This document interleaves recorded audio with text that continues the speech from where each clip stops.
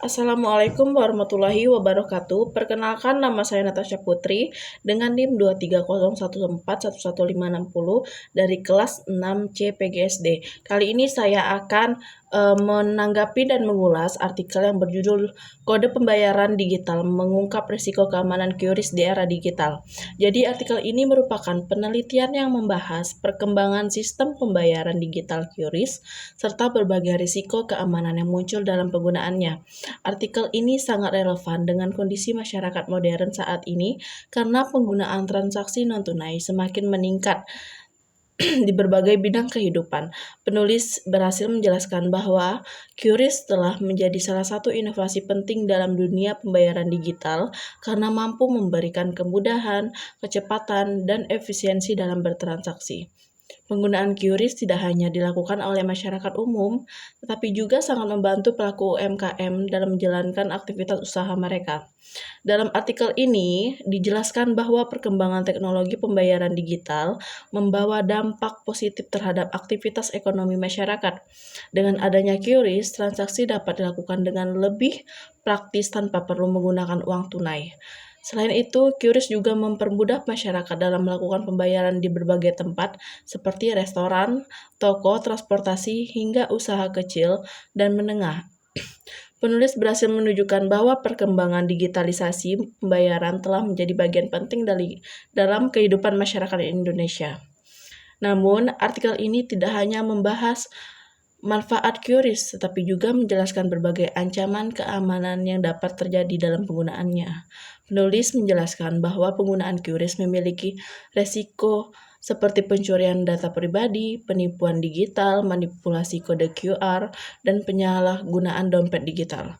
Permasalahan ini menjadi perhatian penting karena masih banyak pengguna yang kurang memahami cara menjaga keamanan saat melakukan transaksi digital.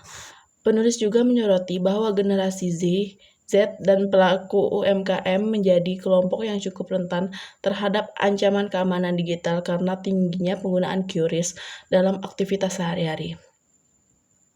Dari segi metode penelitian, artikel ini menggunakan metode deskriptif kuantitatif dengan teknik survei menggunakan Google Form.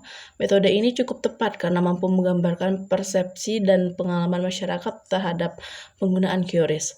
Penelitian ini dilakukan kepada 61 responden yang terdiri dari berbagai latar belakang, usia, pekerjaan, dan jenis kelamin. Data yang diperoleh kemudian disajikan dalam bentuk tabel sehingga mempermudah pembaca memahami hasil penelitian. Hasil penelitian menunjukkan bahwa sebagian besar responden telah menggunakan QRIS secara rutin, terutama untuk transaksi makanan, minuman, dan belanja retail. Selain itu, penelitian juga menunjukkan bahwa mayoritas pengguna telah melakukan beberapa langkah keamanan seperti menggunakan aplikasi resmi, menjaga kerahasiaan data pribadi, memastikan koneksi internet aman, dan memperbarui aplikasi secara berkala.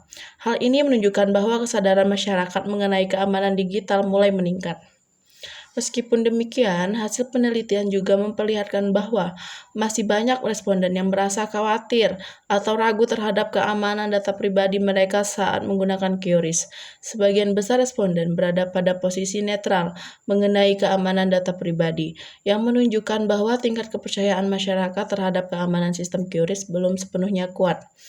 Oleh karena itu, penulis menyimpulkan bahwa diperlukan peningkatan edukasi mengenai keamanan digital, perlindungan data pribadi, dan pengembangan sistem keamanan yang lebih baik agar masyarakat dapat menggunakan QRIS dengan aman.